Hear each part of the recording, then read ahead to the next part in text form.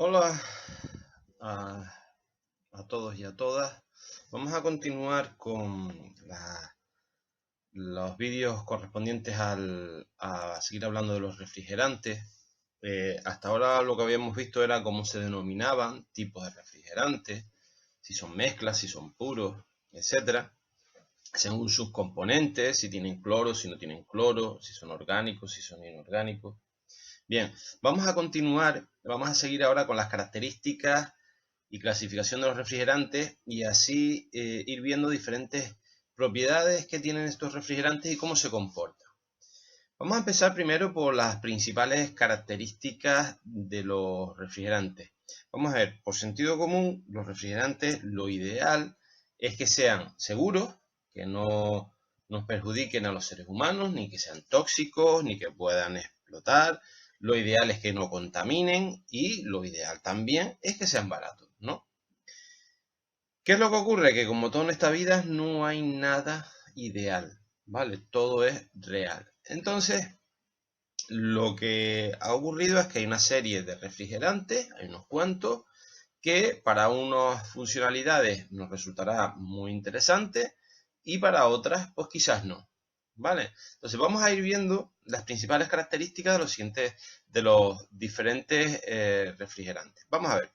En primer lugar, un refrigerante, a mí me interesa que su temperatura de ebullición debe ser lo más bajo posible. Es decir, a mí lo que me interesa es que el refrigerante, a la hora de evaporar, evapore con la temperatura más baja, ¿no? Es decir, por ejemplo, si tomamos a una presión de un bar, aquí tenemos el R134A, me dice que a un bar el refrigerante evapora a aproximadamente unos menos 26 grados. ¿Vale? A mí me interesa, por tanto, que el refrigerante evapore con la temperatura más baja posible. Hemos tomado aquí un bar porque es la presión atmosférica, ¿no? Para hacernos una idea. Es decir, por ejemplo, el agua a una presión atmosférica de 1 empieza a evaporar cuando alcanza la temperatura de 100 grados, ¿no? Lo vimos en el tema 1. Sin embargo, por ejemplo, el R134A evapora a temperatura ambiente, perdón, a presión atmosférica a menos 26 grados. Es decir, desde menos 26 grados ya se empieza a convertir en vapor. Otro punto, me interesa que el punto de congelación sea bajo. Es decir, no me interesa que ese refrigerante pueda congelar, pueda convertirse en algo sólido. Por sentido común, no puede fluir, no lo puedo utilizar. Tercer punto que a mí me interesa en un refrigerante, que sean fácilmente manejables en estado líquido. Es decir, que yo lo pueda almacenar, que yo lo pueda transportar y que pueda disponer de él en estado líquido. Porque ya veremos que me va a interesar en algunos momentos hacer la carga por la parte de alta. Entonces ahí me interesa que esté líquido, ¿no? Me interesará cargar en líquido. El volumen específico del vapor debe ser lo más bajo para poder conseguir un mejor rendimiento. Ya lo vimos también, por ejemplo, en el R134, el volumen específico, cuanto más bajo, más pequeño será el compresor que me hace falta. Por lo tanto, no consumiré tanta electricidad en ese compresor. Por lo tanto, mejor rendimiento, ¿no? Siguiente punto que me interesa, un calor de latente de evaporación lo más elevado posible. Volvemos al diagrama de Molière, es decir, a mí yo sé que el calor latente es el que está dentro del diagrama de Molière, dentro de las líneas de Andrews, ¿no? Entonces, si yo tengo mucha diferencia de entalpía cuando el refrigerante está dentro de estas líneas de Andrews, a mí me interesará porque así puedo absorber, mucho más calor que si yo tengo poca diferencia de entalpía. Por eso a mí me interesa que los refrigerantes tengan un calor latente muy alto, sobre todo el de vaporización, a la hora de evaporar, a la hora de absorber calor, ¿no? También me interesa que sean químicamente estables, ¿vale? Tengan en cuenta que yo al refrigerante le voy a hacer lo voy a someter a cambios de presión, van a haber unos cambios de temperatura y a mí me interesa que esa molécula que compone el refrigerante pues sea lo más estable posible, que no se descomponga porque si no ya no es un refrigerante, es cualquier otra cosa. Temperatura y presión críticas lo más alta posible, ya que sabemos que por encima no se produce el cambio de estado, ¿no? Si yo me vengo aquí, vemos, por ejemplo, que el R134, el punto crítico, lo tiene a una presión de 40 bares. Por encima de 40 bares lo que yo tengo es gas, ¿no? Fíjense que la temperatura estaría en torno a 100 grados. Es decir, a mí no me interesa en ningún momento superar que el R134 trabaje por encima de 40 bares. ¿Vale? En primer lugar, porque la temperatura que alcanzaría son 100 grados.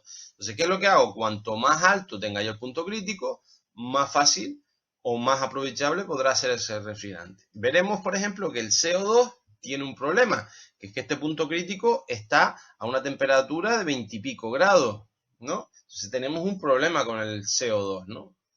Y ya veremos cómo se soluciona. Interacción con el aceite. El refrigerante debe ser miscible con el aceite, es decir, que tiene que llevarse bien, pero no se puede mezclar. Es decir, no puede reaccionar con el aceite. Tenemos que tener en cuenta que el refrigerante y el aceite van juntos de la mano durante todo el ciclo frigorífico. Ya lo veremos en la última parte de este tema. Entonces, se tienen que mezclar, pero no se tienen que reaccionar, porque si reaccionan, el resultado final es una tercera sustancia que ni es refrigerante ni es aceite, ¿vale? Entonces hace que la máquina pues deje de funcionar. Es un problema que se suele tener en los coches, en los equipos de aire acondicionado de los coches. Debido a las altas temperaturas del motor, pues el aceite se puede descomponer y al descomponerse el aceite, pues puede llegar a reaccionar con el refrigerante.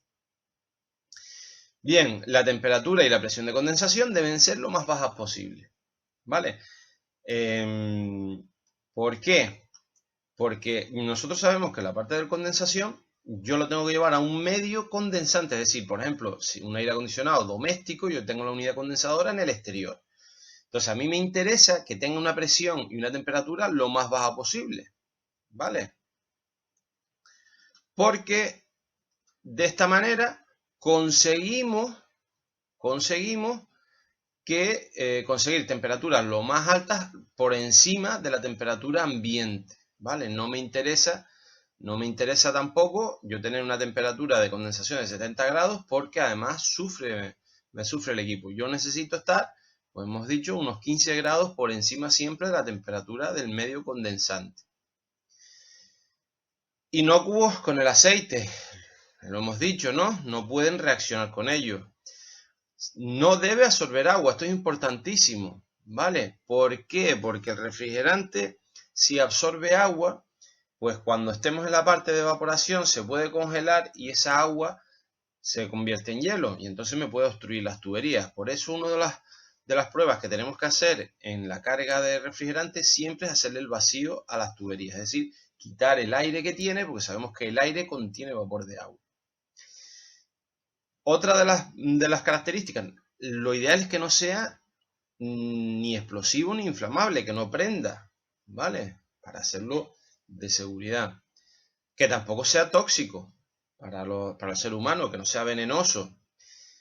Otra de las características, que no sea corrosivo con el metal, que no lo oxide, ¿vale? Esto, por ejemplo, tenemos un problema con el amoníaco, con el R717, que reacciona con el cobre. Entonces, los equipos que funcionen con amoníaco no pueden tener tuberías de cobre. Otra característica fundamental, que sea fácil detectar las fugas, ¿no? Para las labores de mantenimiento.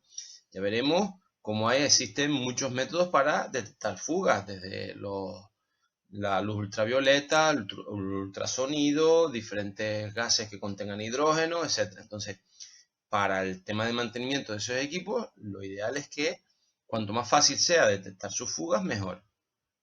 Y desde el punto de vista económico nos interesa que sea lo más barato. Obviamente el cliente siempre va a buscar lo barato, ¿no?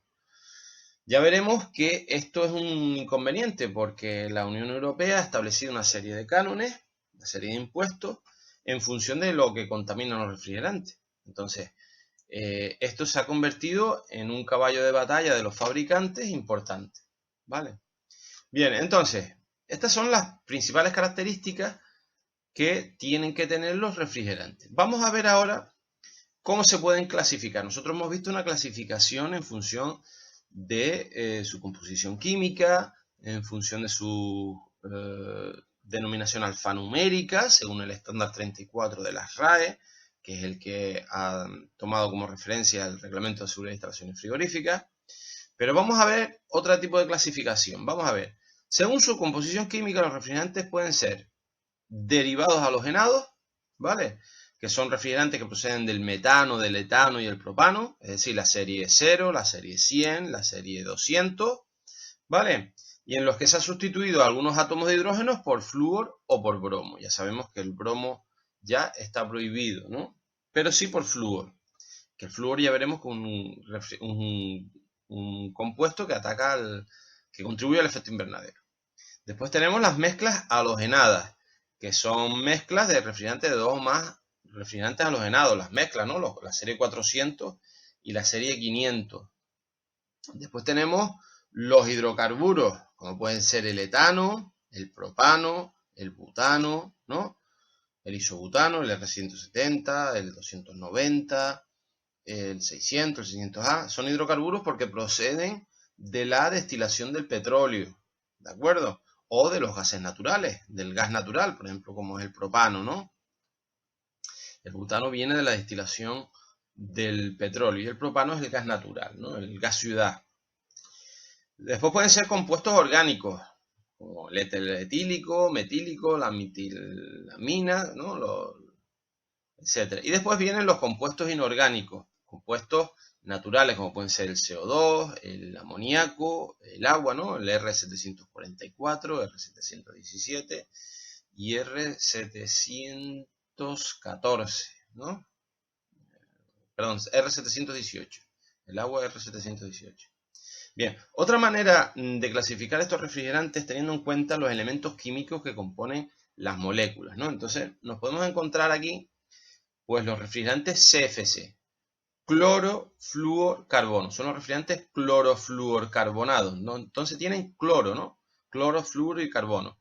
Como tienen cloro, ya hemos dicho que están prohibidos, porque atacan a la capa de ozono. Están prohibidos desde el año 2000, los CFC, ¿no? Después tenemos los BCFC, que sustituyen uno de los átomos de cloro por bromo. También destruyen la capa de ozono, por lo tanto, están prohibidos, ¿no? Desde el año 2000. Un ejemplo, el 12B1, ¿no? Después están los HCFC, ¿vale? Estos HCFC sustituían algún átomo de cloro por hidrógeno, ¿vale? Un ejemplo de un refrigerante HCFC era el R22, el famoso R22, que era un refrigerante muy bueno, pero como contenía cloro, en muy poca cantidad, atacaba la capa de ozono. Entonces, estos compuestos, estos refrigerantes, están prohibidos desde el año ya 2015.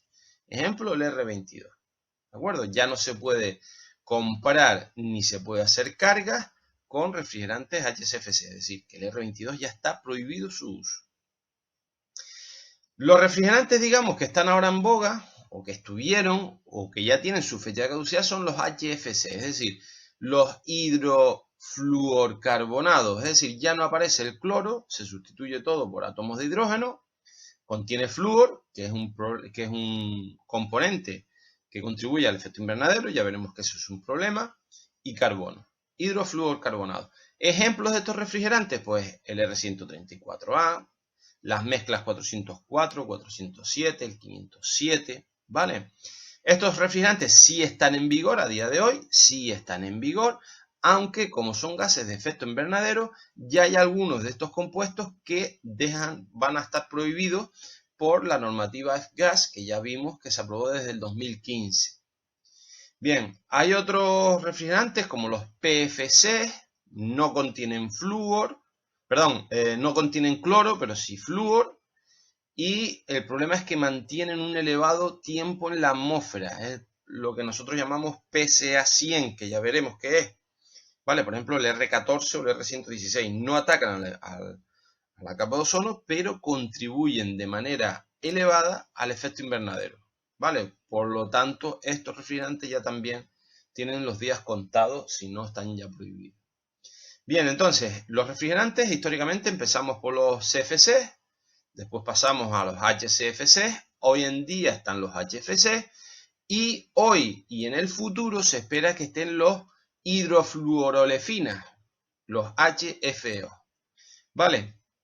Estos refrigerantes se denominan de cuarto de cuarta generación, ¿vale? Porque son los sustitutos de los HFC. La clave de este refrigerante, del HFO, es que tienen enlaces no saturados, es decir, tiene un enlace doble de carbono, ¿se acuerdan? El enlace doble de carbono. ¿Qué ventaja tienen estos refrigerantes con respecto a los HFC?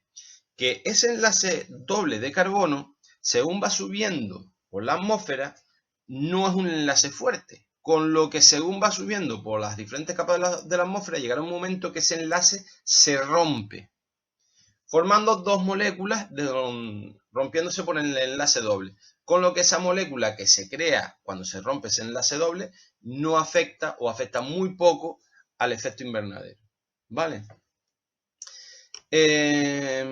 No afectan a la capa de ozono, efectivamente, no tienen cloro. Su contribución al efecto invernadero es mínima, por eso por lo que les estoy diciendo, por el enlace doble de carbono, que según vamos subiendo por las diferentes capas de la atmósfera, ese enlace se hace muy débil y se acaba rompiendo. Pero tienen un problema, y es que su inflamabilidad es limitada, es decir, son inflamables, pero muy limitado. Es decir, teniendo unas mínimas condiciones de seguridad, este refrigerante no tiene por qué prender, ¿vale? Al tener muy poca contribución al efecto invernadero, pues no requiere cuotas de emisiones de la Unión Europea. Como ustedes sabrán, los países de la Unión Europea y los países en el mundo, pues tienen una cuota de emisiones de gases de CO2 al año. Es decir, un país no puede emitir todo lo que quiere, sino tiene una cuota. Si la supera, pues tiene que pagar unas multas, ¿no? A un organismo regulador. Entonces, ¿qué es lo que ocurre con los HFO? Que no se consideran gases que contribuyen al efecto invernadero. Por lo tanto, ¿vale? Por mucho que utilicemos, no vamos a superar las cuotas de emisiones de CO2 que nos impone la Unión Europea. ¿Vale? Son lo que se llaman los refrigerantes de cuarta generación y vienen después de los tres anteriores. Ejemplo, 1234IF, R1234ZE. Por ejemplo, estos son refrigerantes que ya se están empleando, sobre todo en refrigeración de automóviles. Ya lo hemos dicho, ¿no? Bien, otro tipo de refrigerantes son los hidrocarburos, que estos proceden pues del petróleo, de la destilación del petróleo o del gas natural. Por ejemplo, el R600 o el R290, ¿no? No destruyen la capa de ozono, ojo, no destruyen la capa de ozono y tampoco contribuyen al efecto invernadero, ¿vale? Por lo tanto, el precio de estos refrigerantes es mínimo. ¿Cuál es el problema? Que son inflamables, porque aquí estamos hablando de isobutano y propano, gases muy inflamables. Entonces, ya veremos que estos refrigerantes van a estar limitados sobre todo en la cantidad, ¿de acuerdo? En la cantidad que se puede utilizar. Normalmente por debajo de 1,5 kg. Entonces estos refrigerantes no los vamos a ver en neveras de uso comercial, ¿no? Las neveras de nuestras casas o de uso comercial. Al tener poquita cantidad, vamos a ver, son inflamables si tienen mucha proporción de este gas respecto al aire, ¿no? Si yo abro una bombona en un recinto cerrado, habrá tal cantidad de gas en ese recinto cerrado que una chispa puede llegar a deflagrar. Pero si yo tengo poquita cantidad y mucha cantidad de aire, esto es imposible que prenda, ¿no? Que pueda inflamarse. Entonces, la clave de estos refrigerantes va a ser utilizar poquita cantidad y además herramienta específica que no provoque chispas. Porque claro, estos son refrigerantes que pueden prender. Y después están los inorgánicos, ¿vale? Que no poseen enlaces carbono-hidrógeno. Como por ejemplo puede ser el CO2, que es el R744, que es un refrigerante que ya veremos que se está utilizando muchísimo porque apenas paga impuestos, su coste es muy barato, no es inflamable, no es tóxico, pero veremos que tiene unos problemillas sobre todo por el punto crítico. Entonces hay unas nuevas tecnologías que se están desarrollando para poder utilizar el R744, lo que es el CO2, sobre todo en instalaciones frigoríficas industriales, ¿vale? En grandes cámaras. Después tenemos el amoníaco, el NH3, el R717, que es un refrigerante muy bueno para refrigeración industrial, pero sabemos que tiene unos inconvenientes como que es muy tóxico y que puede corroer, o es tóxico para el ser humano y puede corroer determinados materiales, ¿vale? Bien, entonces, hemos hablado en la clasificación que hemos establecido en función de las familias o en función de los subcomponentes, que hay refrigerantes que pueden ser tóxicos o hay refrigerantes que pueden ser inflamables o que sean tóxicos e inflamables, ¿no? Entonces, el Reglamento de Seguridad de Instalaciones Frigoríficas, dentro de la instrucción complementaria número 2, por ahí echaremos un vistazo, establece una categoría, ¿vale?, de seguridad en el uso de los refrigerantes. Obviamente esta seguridad se basa en la toxicidad, por un lado, y en la inflamabilidad, por otro, ¿vale? Aparte que el RECIF nuevo, el de 2019, establece una nueva categoría, ¿vale?, que veremos a continuación, de unos refrigerantes que hasta el año 2000, hasta que antes que entrara en vigor la nueva RECIF, eran refrigerantes que estaban prohibidos. Ahora, digamos que se le ha suavizado su uso y un instalador mantenedor de nivel 1, que es el más bajo que hay en instalaciones frigoríficas, ya puede trabajar con ellos, ¿vale? Aunque son refrigerantes, repito, que pueden inflamar, ¿vale? Bien, entonces, la clasificación, el RECIF lo hace en dos vertientes. Por un lado, la inflamabilidad y por otro lado, la toxicidad. Según la inflamabilidad, establece tres categorías, ¿no? Categoría 1, refrigerantes que no muestran propagación de llama, ¿vale? Si están sometidos a más de 60 grados y a una presión de una atmósfera. Es decir, son refrigerantes seguros que no propagan la llama, ¿vale? Les costaría para poder propagar la llama unas condiciones que no se van a dar. Bien, después está la categoría 2, ¿vale? Y aquí en la categoría 2 es donde ha metido el RECIF del 2019 la nueva tendencia, ¿no? Categoría 2 son refrigerantes que cumplan estas tres condiciones. Muestran propagación de llama cuando se ensayan a 60 grados y a una atmósfera de presión. Tienen un límite inferior de inflamabilidad cuando forman mezcla con el aire igual o superior al 3,5% de volumen. Es lo que les comentaba yo antes, ¿no?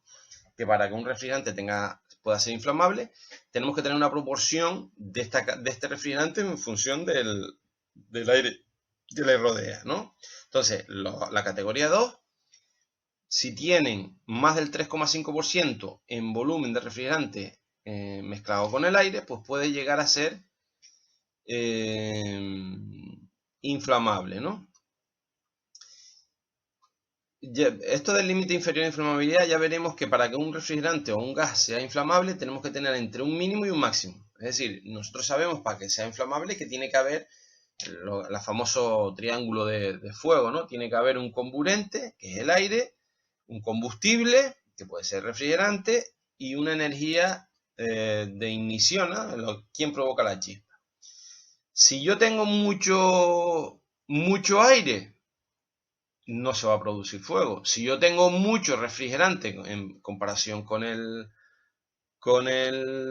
aire, tampoco se va a producir fuego. Por eso hay un límite inferior y un límite superior de inflamabilidad, ¿vale? Si yo estoy entre esos dos límites, sí hay probabilidad de que se produzca la inflamabilidad. Tercer caso, ¿no? Tienen un calor de combustión menor de 19.000 kilojulios kilogramos. Es decir, esta es la cantidad de calor que puede producir un kilogramo, ¿no?, de esta sustancia. Bien, entonces dentro de la categoría 2 de inflamabilidad, el RECIF ha introducido un nuevo criterio, que es la categoría 2L. ¿Vale? Esta es la novedad que aparece en el RECIF del 2019. ¿Vale? De tal manera que dentro de la categoría 2 tenemos dos categorías. Por un lado, la 2L, ¿vale? Y por otro lado, la 2, ¿no? Categoría 2, por un lado, y la otra, la categoría 2L. La categoría 2 sigue siendo, se considera refrigerantes inflamables. Necesitaríamos un tipo de habilitación nivel 2, que ya veremos en su momento qué significa.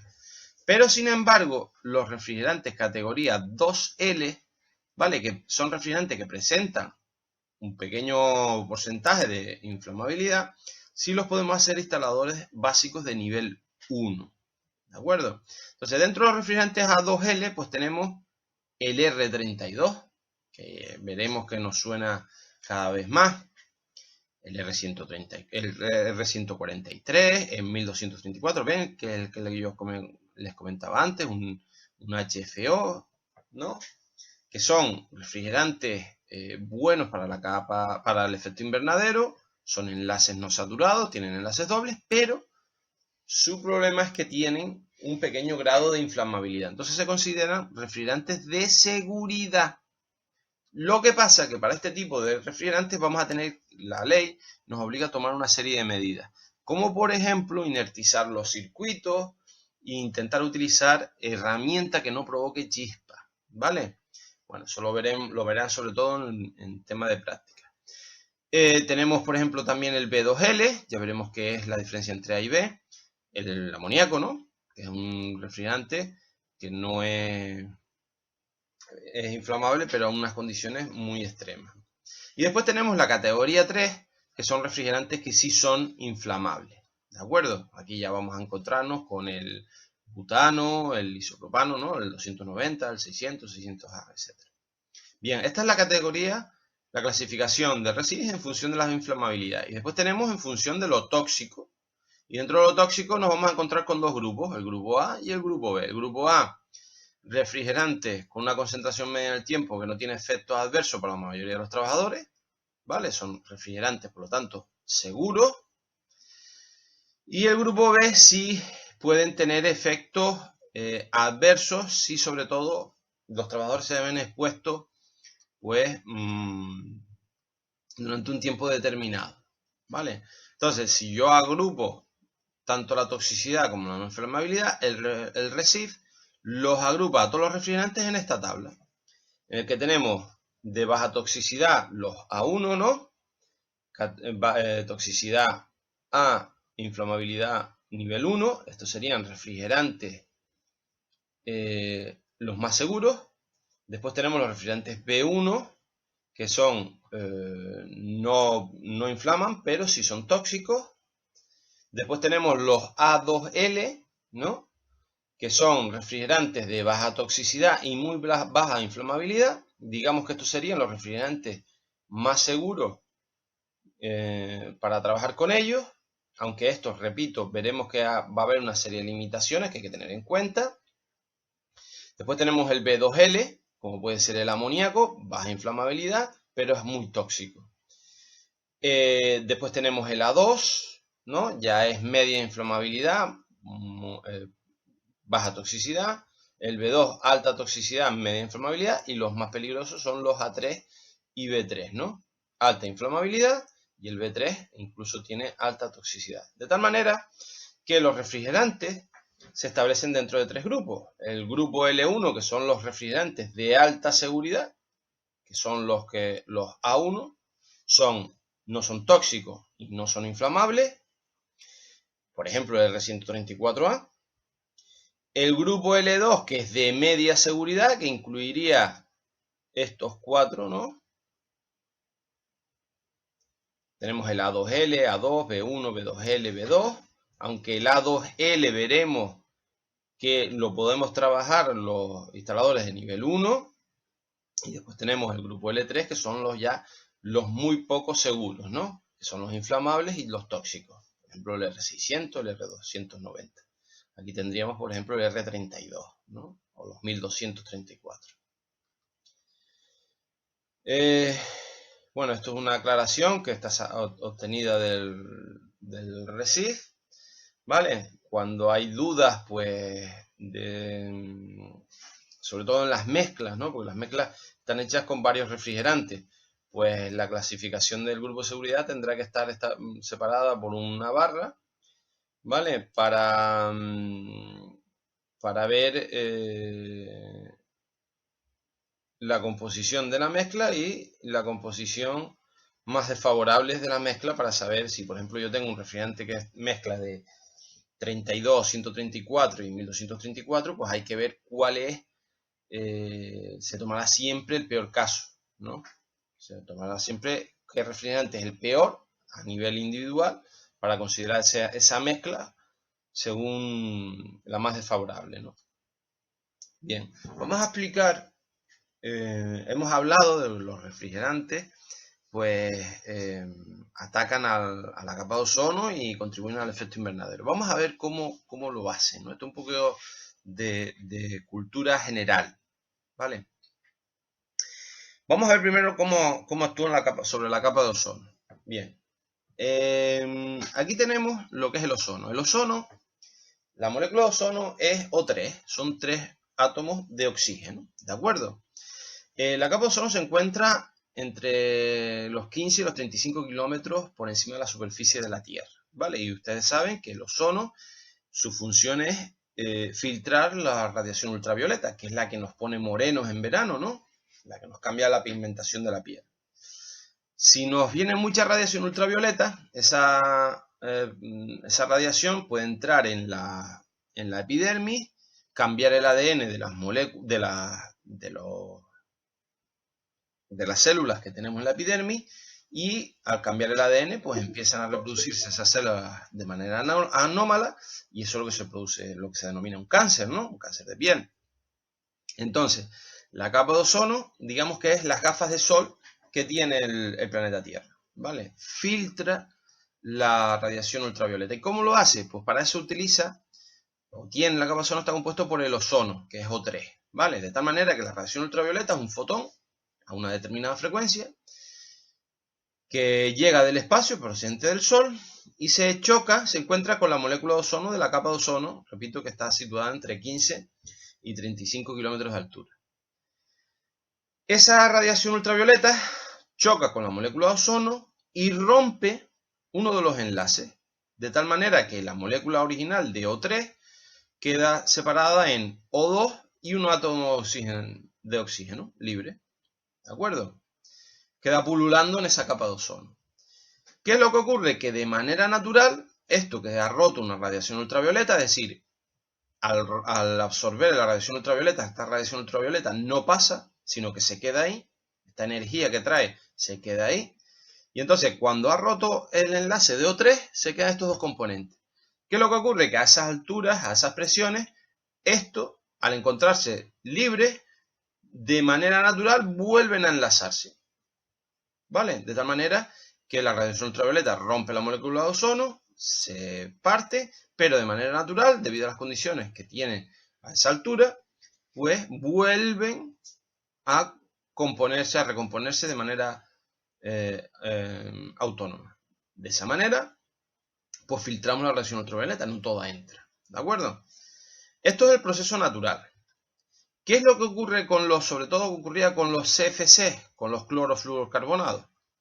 Bien, los fluoroclorocarbonados, los CFC, como por ejemplo el R12 o el R22 también, ¿no? Que es un HCFC, pues van subiendo la capa, van subiendo, ¿no? Cuando se liberan a la atmósfera van subiendo, pasan unos años hasta que lleguen a la capa de ozono. ¿Qué es lo que ocurre allí? Cuando nos bombardea el Sol con la radiación ultravioleta, vimos que algunos de esos fotones procedentes de alta energía a esa frecuencia determinada chocan con la molécula de ozono, ya vimos cómo es el comportamiento, ¿no? Entonces, esa radiación ultravioleta choca con la molécula de ozono, se para en O2 y en un oxígeno. Pero cuando nosotros tenemos un CFC, esa radiación ultravioleta también es capaz de romper un átomo del CFC, dejando libre el cloro. ¿Qué es lo que ocurre? Que este átomo de oxígeno que se queda libre al romper la molécula de ozono, con el átomo de cloro solo que queda aquí libre al romperse del gas CFC, ¿qué es lo que ocurre? Que este oxígeno solo y este cloro solo tienden a unirse, ¿vale? Tienden a unirse. Con lo que ya el O2, ¿vale? No recompone, le cuesta recomponerse porque ya no hay átomos de oxígeno libres. y entonces el O3 no se recompone. Y ese es el problema de los gases CFC cuando llegaban a la capa de ozono, que impedían la recombinación de la molécula del ozono. Y ese es el gran problema que tienen los CFC o todos aquellos refrigerantes que tienen el cloro o que tenían bromo, ¿vale?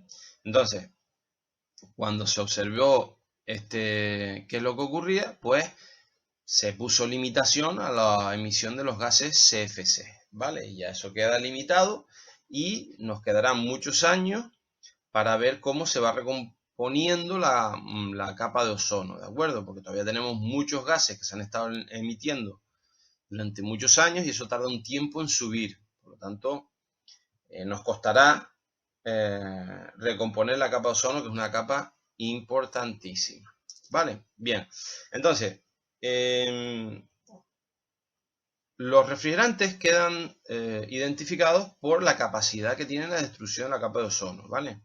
En el RECIF a esta propiedad se le llama el PAO, ¿no? Potencial de agotamiento de la capa de ozono. En inglés se le denomina ODP, ¿vale?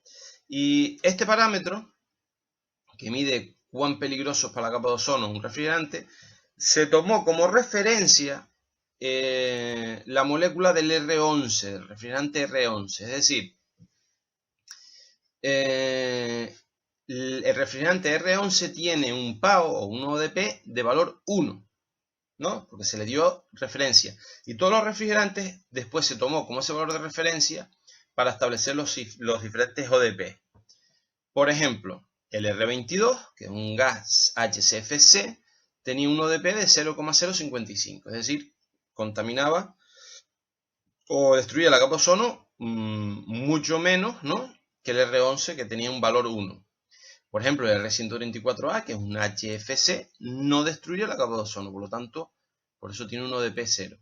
Entonces, hoy en día, los refrigerantes que tengan un ODP diferente de 0 están prohibidos. Punto pelota, no hay más que hablar, ¿no?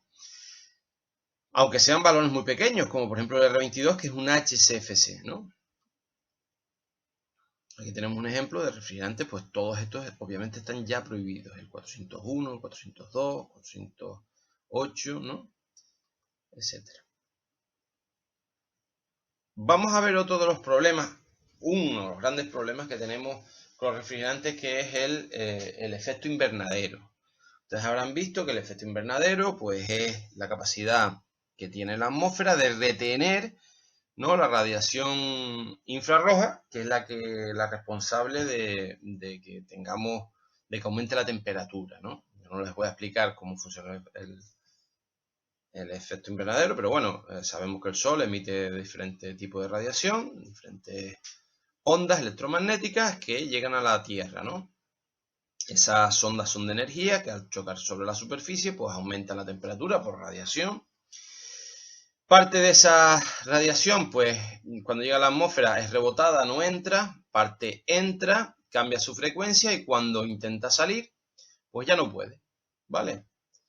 Eso nos permite, pues, que haya en la superficie de la Tierra, en la zona de la biosfera, pues haya una temperatura. ¿Qué es lo que ocurre con los gases de efecto invernadero?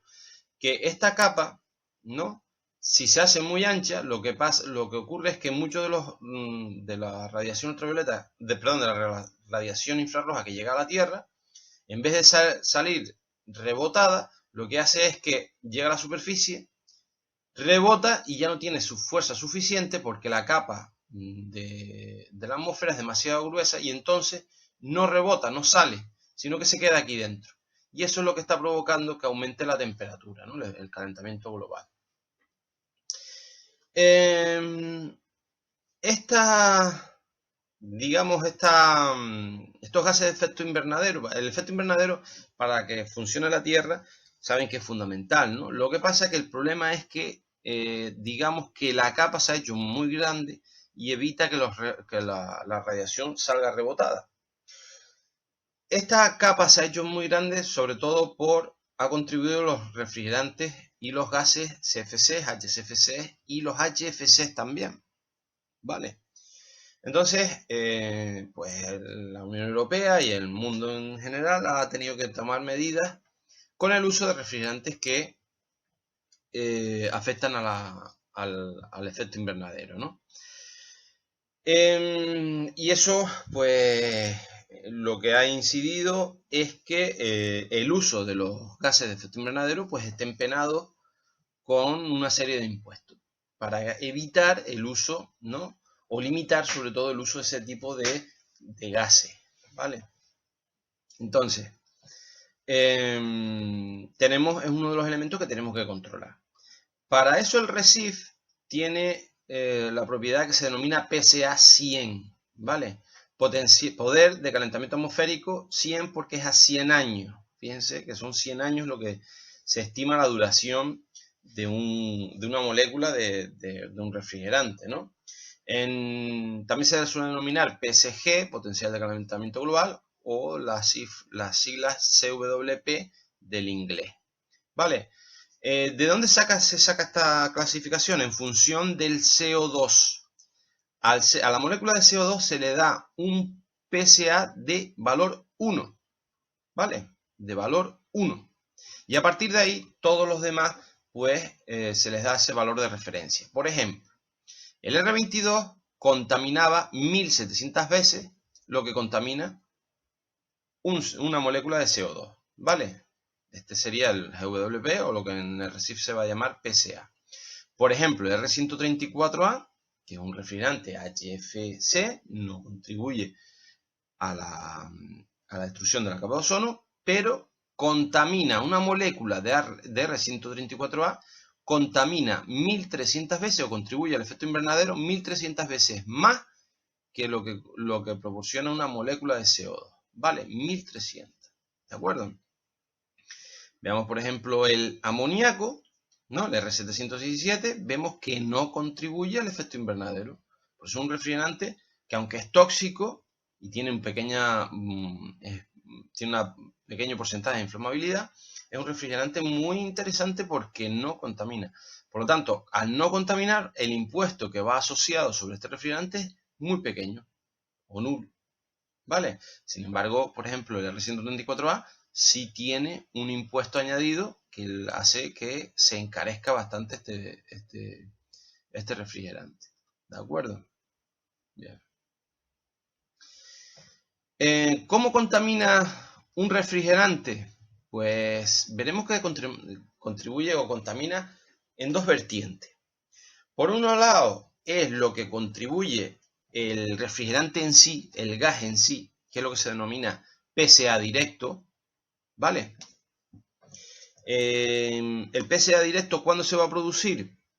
Pues cuando hay una fuga de refrigerante, cuando se pierde refrigerante a la atmósfera, porque la máquina se ha picado uno de los tuberías, pues ese refrigerante contamina directamente, porque un refrigerante que va a la atmósfera, por fugas, ¿no? O las pequeñas, cuando nosotros hacemos una carga o descarga de refrigerante, pues hay pequeñas fugas que se pueden llegar a producir. Eso es lo que se denominaría el PSA directo, es decir, lo que contamina directamente el refrigerante, el gas.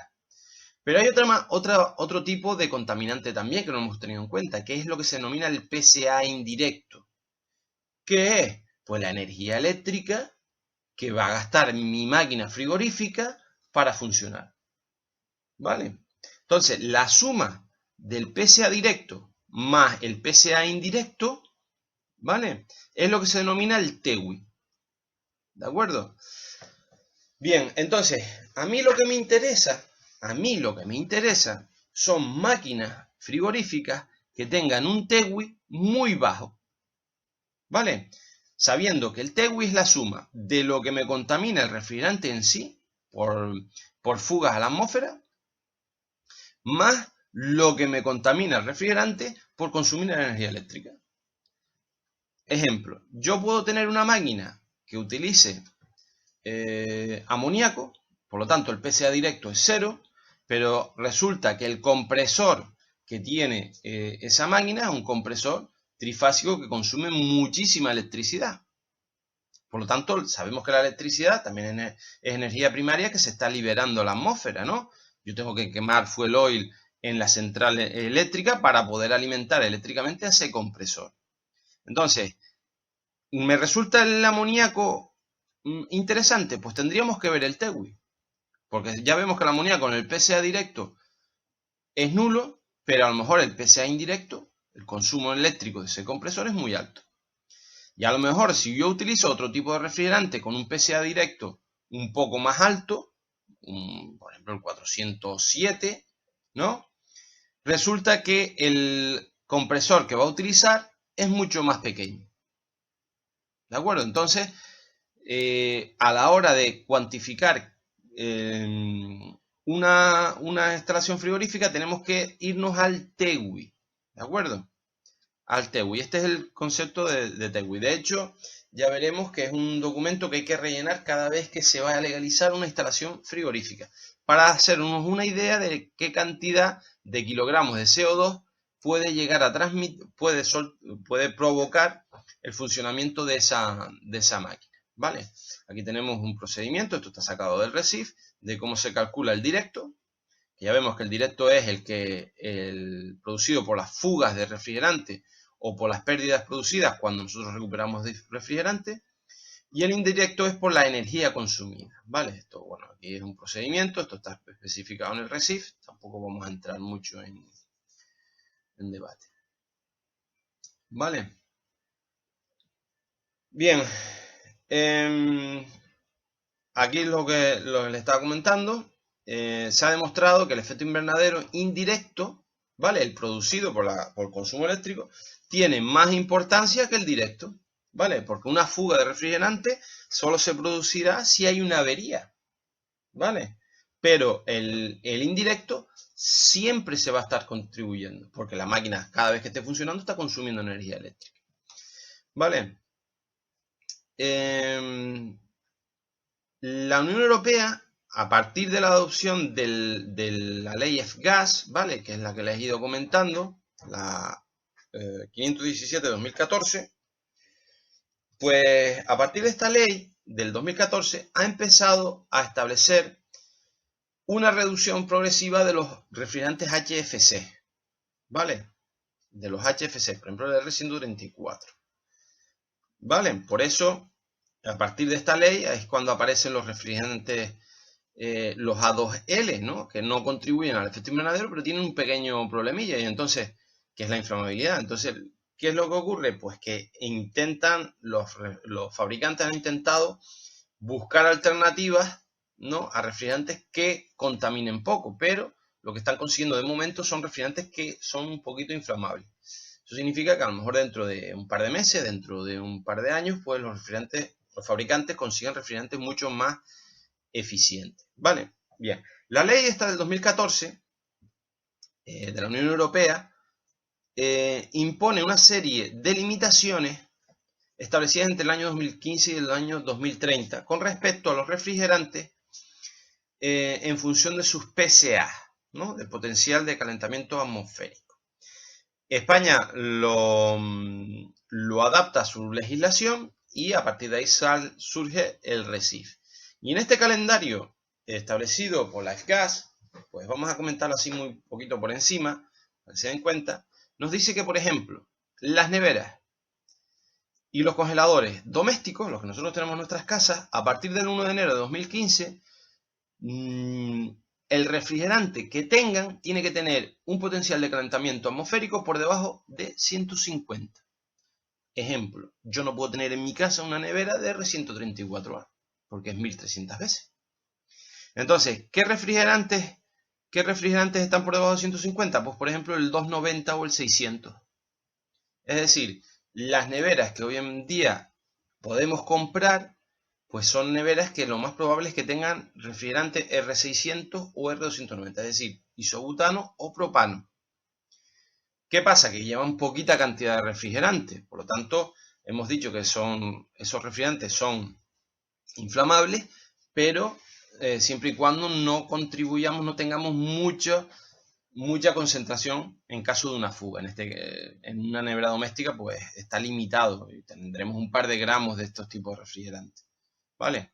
Pero vean cómo desde el 2015 las neveras ya tienen que utilizar refrigerantes por debajo de 150 de PSA, ¿no?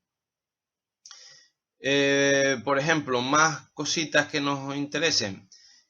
A partir del 1 de enero de 2020, de este año, no se pueden utilizar equipos de refrigeración con PSA por encima de 2500 para instalaciones, digamos, industriales, salvo que sean para temperaturas de menos de 250 grados. Perdón, de menos de 50 grados centígrados. Una cámara de menos de 50 grados sí puede utilizar un refrigerante con un PSA por encima de 2500. Pero para una cámara por ejemplo, de congelación, de una carnicería, de una pescadería, ya no se pueden utilizar refrigerantes que tengan un PSA por encima de 2500.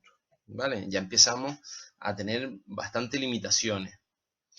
Por ejemplo, en el 2022, aquí hay limitaciones, y por ejemplo, en el 2025, es decir, dentro de 4 años, o dentro de 5 años, perdón, los sistemas de aire acondicionado que nosotros tengamos en nuestras casas no pueden utilizar refrigerantes que tengan un PSA por encima de 750. Es decir, a partir de 2025 yo no tendré un aire acondicionado doméstico con R134A, porque está limitado. Entonces, por eso ha surgido ahora el refrigerante R32. El R32 tiene por debajo de 750, pero el R32 hemos visto que es un refrigerante A2L. Tiene cierto grado de inflamabilidad, ¿vale? Bueno, pues estas son las limitaciones que surgieron a partir de la normativa F-Gas. Bien, aquí eso lo hemos mirado, lo hemos visto. Un ejemplo de cómo nos aparece en la IF2 del Reglamento de Seguridad de Instalaciones Frigoríficas las diferentes características de los refrigerantes. Por ejemplo, vámonos al R12, vemos cómo tiene un PAO diferente, o el R11, ¿no? Ven que tenemos un PAO 1, es decir, ataca la capa de ozono, está prohibidísimo. Vemos, por ejemplo, el potencial de calentamiento atmosférico a 100 años, el PSA 100. Fíjense como, por ejemplo, el R12 contribuye 10.900 veces lo que contribuye la molécula del CO2, ¿no? Que es 1.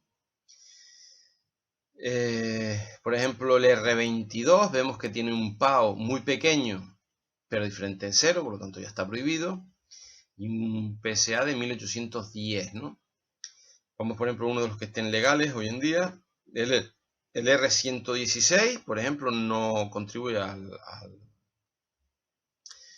la capa de ozono, a la destrucción de la capa de ozono, pero fíjense, contribuye 12.200 veces a la destrucción del efecto invernadero. Por lo tanto, este es un refrigerante que, aunque no destruya la capa de ozono, su contribución al efecto invernadero es tan alta que ya vimos que está prohibido también su uso. El R134A vemos que contamina, no destruye la capa de ozono. Contribuye 1430 veces al efecto invernadero con respecto al CO2, ¿no? Y que ya tiene este refrigerante empieza a tener limitados determinados usos, ¿no? Vemos también el grupo de seguridad, ¿no? De tipo L1, grupo L, número 1, es por lo tanto un refrigerante de seguridad, y la clase pues A1, ¿no? El más seguro de todos. Todos estos que están aquí son refrigerantes que están seguros. Si nosotros fuéramos más adelante, pues veríamos refrigerantes A2L, A2 y diferentes grupos de seguridad. Entonces vemos cómo la clasificación que nos da el RECIF, pues nos da un montón de información, ¿no? Desde el grupo de seguridad, tipo de seguridad, el nombre del refrigerante, según el estándar 34, la denominación química, la fórmula química, la masa molecular, ¿no?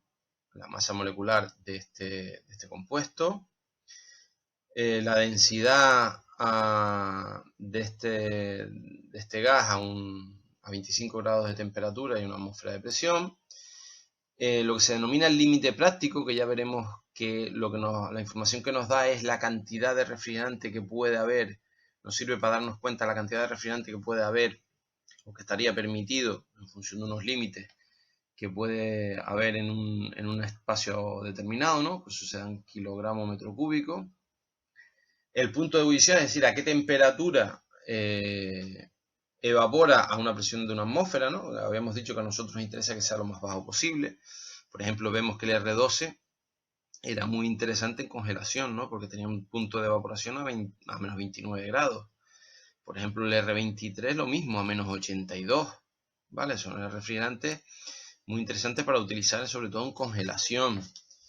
Por ejemplo, el R134 para congelación no es muy indicado, pero sí para conservación y aire acondicionado, ¿no? Porque evapora a menos 26 grados. ¿Vale? Bien, y ya para terminar esta parte, vamos a ver lo que es el aceite lubricante, ¿no? Nosotros hemos dicho que el aceite lubricante va a ir con el refrigerante, va a estar dando vueltas por el circuito con el refrigerante. Nosotros sabemos que el compresor, que es la parte mecánica del circuito frigorífico, la parte donde hay un motor y por lo tanto hay unas fricciones y unos rozamientos, pues necesitamos aceite para poder lubricar esos rozamientos y evitar el desgaste de las piezas metálicas que componen el compresor, y además también nos sirve el aceite para refrigerar el propio compresor, ¿vale? El aceite se halla en la parte baja del compresor, ¿no? Lo que nosotros denominamos el cárter. Y las diferentes piezas, las bielas, los cigüeñales, pues continuamente se están bañando en ese aceite. Y ese aceite está moviéndose por el interior del compresor para poder llegar a todos los sitios donde haya posibles fricciones, ¿no? Y de esa manera alargar la vida del compresor. ¿Qué es lo que pasa? Que el refrigerante entra en el compresor, por lo tanto el aceite y el refrigerante van a estar siempre juntos. Entonces la clave de los aceites es que no cambien las propiedades del refrigerante, y que el refrigerante tampoco cambie las propiedades del aceite, porque entonces ya no tendríamos ni refrigerante ni tendríamos aceite, sino que tendríamos una tercera sustancia que no va a funcionar ni como lubricante ni como fluido refrigerante. El aceite no solamente nos sirve para lubricar y para enfriar las partes del compresor, sino también pues, nos evita que el interior del compresor se oxide, reduce el nivel de ruido, ¿vale? Es capaz de evacuar virutas metálicas que se puedan colar por las soldaduras, y sobre todo también actúa como sello entre la parte de alta y de baja presión, ¿no? Entonces, en los aceites que se utilizan normalmente en refrigeración proceden de dos tipos, igual que los aceites que se utilizan en los coches. Por un lado tenemos los aceites minerales, ¿vale? Que proceden del refino del petróleo. Nosotros sabemos que cuando el petróleo entra en una refinería, pues se someten a diferentes procesos y se obtienen un montón de elementos, ¿no? Desde el fuel, la alquitrán, los plásticos, las gasolinas, etc. Entonces, uno de los productos que se obtiene son los aceites, ¿vale? Se denomina aceites minerales porque vienen del petróleo. Después también hay una serie de aceites que se han conseguido en laboratorios químicos, ¿vale? A partir de reacciones. Y esto es lo que se denominan aceites sintéticos, ¿de acuerdo? Sintéticos. Dentro de los sintéticos tenemos varios tipos. Están los aceites lubricantes alquilbencénicos, los AB, ¿vale? Después tenemos los poliolester o polivinilester, que son los POE o los PVE. Y después también tenemos los lubricantes polialquilglicoles, ¿no? Los PAG, ¿de acuerdo? Entonces,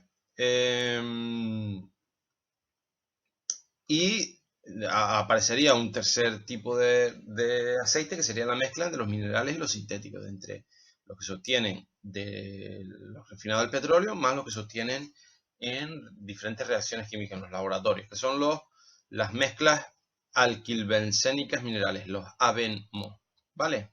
Entonces aquí tenemos una tabla en la que nos indica pues, el tipo de refrigerante, ¿no? La familia a la que pertenece y cuál sería el mejor tipo de aceite. Por ejemplo, vamos a fijarnos en estos no, porque ya están prohibidos, pero por ejemplo el HFC, vemos que con el mejor que se lleva es con el aceites del tipo POE, ¿vale? Los hidrocarburos, como pueden ser el R600, el 290, pues se llevan bien con las mezclas, ¿vale? Con los minerales, obviamente proceden de ellos mismos, ¿no? Por ejemplo, el amoníaco solo se lleva bien con los minerales. Y por ejemplo, he añadido aquí uno nuevo que serían los HFO, los hidrofluorolefinas, los de cuarta generación, que con los mejor que se llevan son los poliéster y los PAG, ¿vale? Bien, esto es muy interesante saberlo porque si yo me encuentro una máquina que tiene un refrigerante que está prohibido y esa máquina sufre una avería, ¿no? Yo ya no puedo cargarle ese refrigerante, el que tenía, porque está prohibido. Entonces, los fabricantes han sacado sustitutos de esos refrigerantes, ¿no? Por ejemplo, el R22 tiene un montón de sustitutos dependiendo para el uso que se utilice. El R22, pues, utilizaba un aceite, pues, una mezcla, ¿no? Utilizaba, pues, dependiendo del uso, nos podemos encontrar con este tipo de refrigerante. Si yo, esa máquina que funcionaba con el R22, resulta que ya no le puedo hacer la carga de R22, le intentaré cargar el sustituto. Vamos a suponer que el sustituto es un tipo HFC. Pues entonces, no solamente tendré que cambiar el refrigerante, sino que en determinados casos tendré que incluso cambiarle el aceite. ¿Vale? Se establece un procedimiento en el que hay que hacerle 3 cambios de aceite, 3 cambios de refrigerante para poder asegurarnos que el refrigerante ha eliminado todo el aceite, ¿vale? Les recuerdo que el aceite va mezclado con el refrigerante en todo el circuito, va circulando también. Aquí tenemos un ejemplo, ¿no? De qué es lo que pasa. Aquí yo tengo en el cárter, tengo mi aceite y aquí me entra el refrigerante, ¿no? Entonces, me viene el refrigerante, se comprime, se puede llegar a mezclar con unas gotitas de aceite y sale en la aspiración una mezcla de refrigerante y aceite. En algunas instalaciones yo voy a disponer de un separador exclusivo de aceite para que ese aceite que salga por la impulsión pues retorne de nuevo al cárter. ¿Qué es lo que pasa? Que habrá microgotas de aceite que no retornen, sino que sigan con el refrigerante. ¿Vale? Entonces va a llegar al condensador a alta temperatura. ¿De acuerdo? Ahí ¿qué pasará con el aceite? Pues que será muy poco viscoso, por lo tanto tenderá a fluir sin problema. Seguimos, llegamos a la expansión y puede llegar a la evaporación, ¿no? ¿Y qué ocurre en el evaporador? Pues que el refrigerante, como estamos a baja temperatura, el refrigerante se hace más denso y le cuesta más fluir, tiene menos viscosidad, entonces le cuesta moverse, ¿de acuerdo? Entonces hay que tenerlo en cuenta cuando se hace una instalación y la instalación se para, ya veremos que hay que tener una serie de sifones para que el aceite, cuando se pare el flujo de refrigerante, el aceite se pueda recoger en esos puntos, ¿de acuerdo?